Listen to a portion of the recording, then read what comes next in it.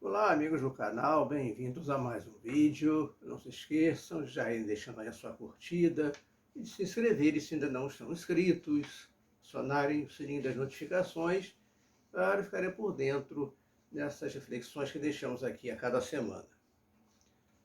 Nós hoje vamos tratar de um assunto assim que é a base do cristianismo, o mandamento único do cristianismo, que é o mandamento do amor.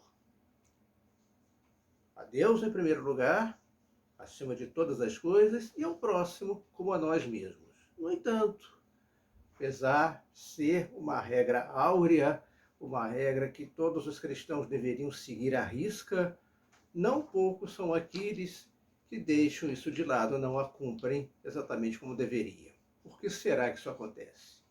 Me acompanhe então agora e vamos discutir, refletir um pouco a respeito desse tema.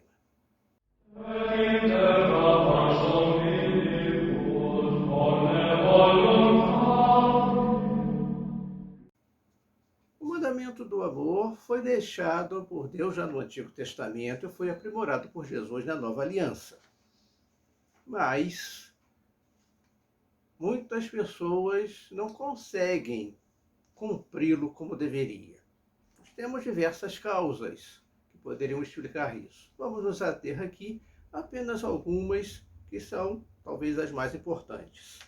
Em primeiro lugar, é necessário que nós nos lembremos da nossa fraqueza humana, sempre inclinada ao erro, ao pecado, a tudo aquilo que é o oposto do que deveríamos fazer. Isso faz com que, em não poucas ocasiões, acabemos por nos descuidar do mandamento do amor. Tanto foi destacado pelos textos do apóstolo João, tanto no seu evangelho quanto nas suas epístolas.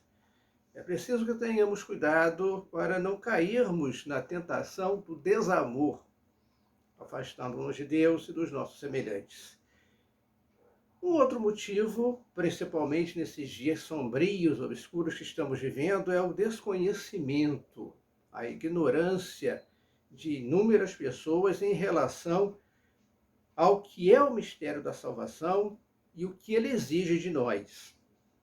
Em contrapartida, muitos imaginam Deus como sendo uma espécie de carrasco justiceiro, de senhor absoluto que determina, impõe que nós nos comportemos de determinada forma, ou ele nos condenará ao castigo eterno. Por isso, acabam se afastando daquela verdadeira imagem do Evangelho. Tais pessoas precisam ser instruídas, orientadas a respeito do que o Evangelho realmente exige, o que ele pede de nós. E isso não é a aceitação pura e simples de qualquer comportamento. Muitos falam que, existindo amor, qualquer desses comportamentos que tivéssemos seria válido. No entanto, precisamos lembrar que determinados atos não correspondem a um amor verdadeiro, já que não poucos consideram que as coisas são passageiras, que não deixa de ser verdade, mas aí incluem também o amor. Já dizia um poeta, né? O amor é bom enquanto dura. O amor verdadeiro não é passageiro, muito pelo contrário. Ele não se ufana, não se ensoberbece, não suspeita mal, nas palavras de São Paulo. Porque ele não nasce da vontade humana. A nossa fraqueza, ainda mesclando com aquele primeiro motivo, a fraqueza humana, é incapaz de produzir um amor verdadeiro. Nós precisamos da graça de Deus para que ele se torne realmente o amor. O ser humano é incapaz por si só, então, de amar verdadeiramente. É o amor de Deus, que é o amor, que concede o amor a cada um de nós de forma gratuita.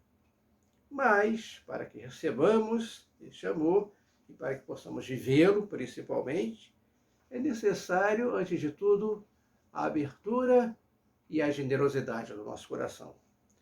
Corações endurecidos, como aquele dos fariseus, são incapazes de acolher o amor. Não porque Deus não deseja que seja dessa forma, mas porque o homem se fecha para Deus.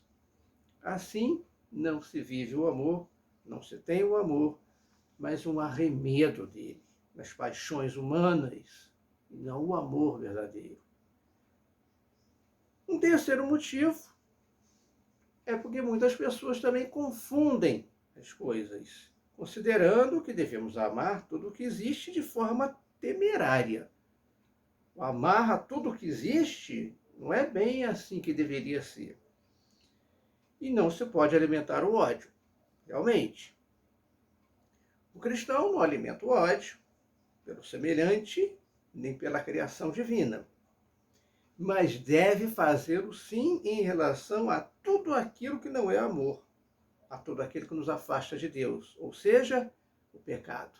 Temos que ter uma aversão profunda ao pecado. Por isso, na direção oposta àqueles que dizem amar a tudo, sem alimentar a virtude da prudência, para distinguir o que estão fazendo, existem aqueles que têm uma aversão verdadeira ao mal, mas acabam também aí incluindo os pecadores. Jesus amou a todos indistintamente, tanto aqueles que se reconheciam como pecadores, como aqueles que se consideravam santos, os fariseus, tendo feito de tudo para levá-los à salvação. Ele não deixou de amar os fariseus. Não aceitava o comportamento deles, é bem diferente. Por isso, encontramos aquela tocante cena evangélica de Jesus chorando sobre Jerusalém, que não soube reconhecer a sua visita. Apesar das suas constantes polêmicas com os fariseus e outros grupos, ele não tinha ódio por tais elementos, querendo antes que eles se convertessem e alcançassem a salvação. No entanto, eles se fecharam, endurecendo o coração e não aceitando aquilo que estava ali à sua frente, a graça divina mediante a mudança de vida. Precisamos lembrar que Jesus não veio nos dividir, mas unir. No entanto, a sua mensagem não recebeu a mesma acolhida por parte de todas as pessoas, isso até os dias de hoje.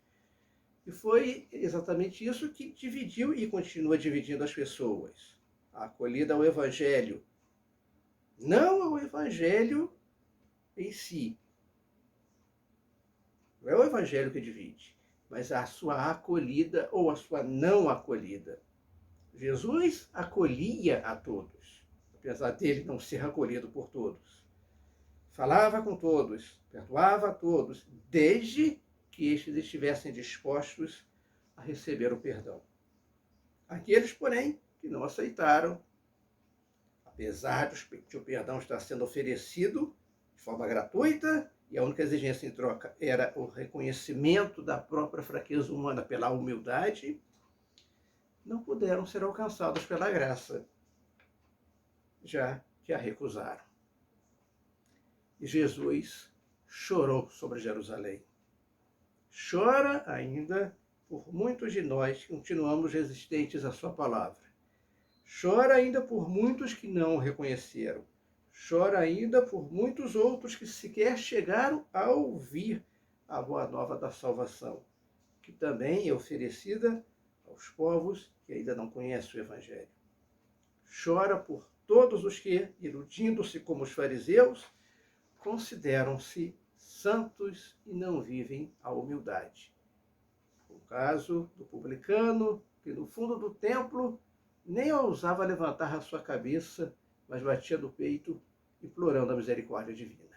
O fariseu estava de pé, orgulhoso da sua vida, do seu comportamento, que de fato nada tinha de errado, pecou pela vaidade de se considerar justificado, santo, e desconsiderar o publicano, que se portou de forma humilde e contrita, e por isso voltou para casa justificado. E o fariseu não. O mandamento que Jesus deixou foi: amai-vos uns aos outros, não separai-vos uns dos outros.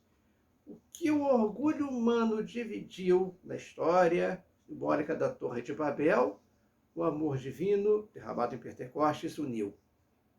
Mas o homem insiste, infelizmente, até nesse momento de tamanho sofrimento que estamos vivendo, em procurar os próprios interesses, ainda que estes interesses dividam, prejudiquem, causem mais sofrimento ainda, apreensão e problemas.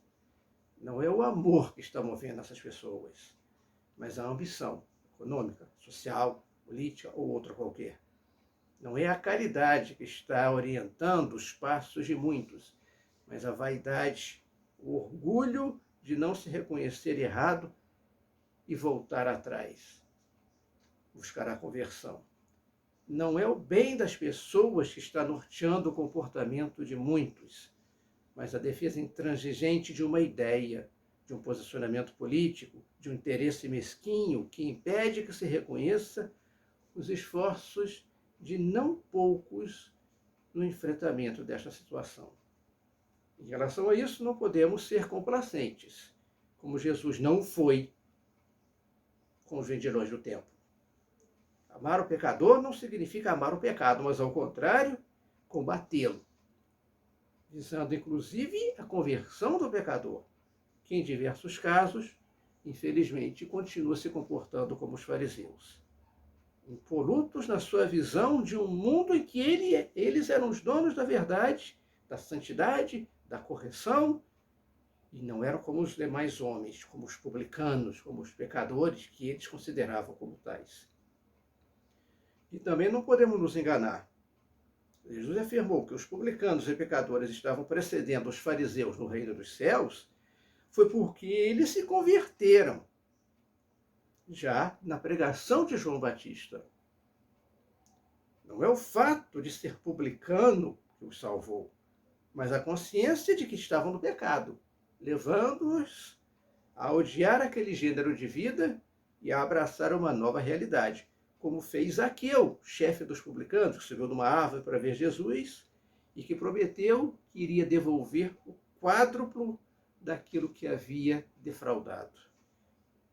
Ou o caso do bom ladrão, que no momento da morte reconheceu que estava sofrendo um castigo merecido pelos seus atos e recebeu a maior promessa que alguém poderia ouvir. Hoje mesmo estarás comigo no paraíso.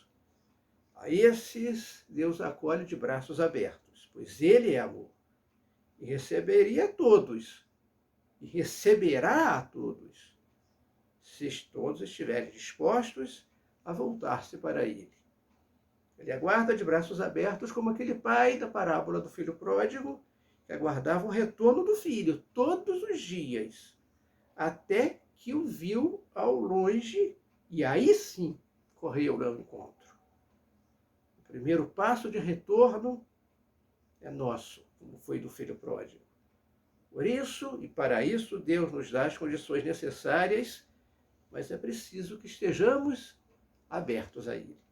Se não estivermos, por mais que pratiquemos as virtudes, seremos o símbolo bronze, o sino que soa, como também diz São Paulo, pois não estaremos vivendo a maior das virtudes, que é a caridade, o amor.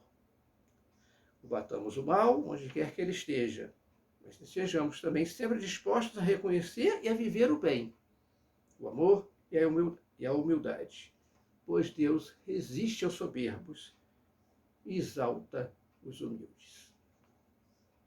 Se vocês gostaram, apreciaram esta reflexão, não se esqueçam de curtir esse vídeo, de compartilharem, de se inscreverem se ainda não estão inscritos e possam aproveitar as mensagens que estamos deixando aqui a cada semana. Todos tenham o verdadeiro amor em suas vidas e caminhemos de acordo com esse amor de Deus. Paz e bem, e até o nosso próximo vídeo. Senhor, fazei-me instrumento de vossa paz.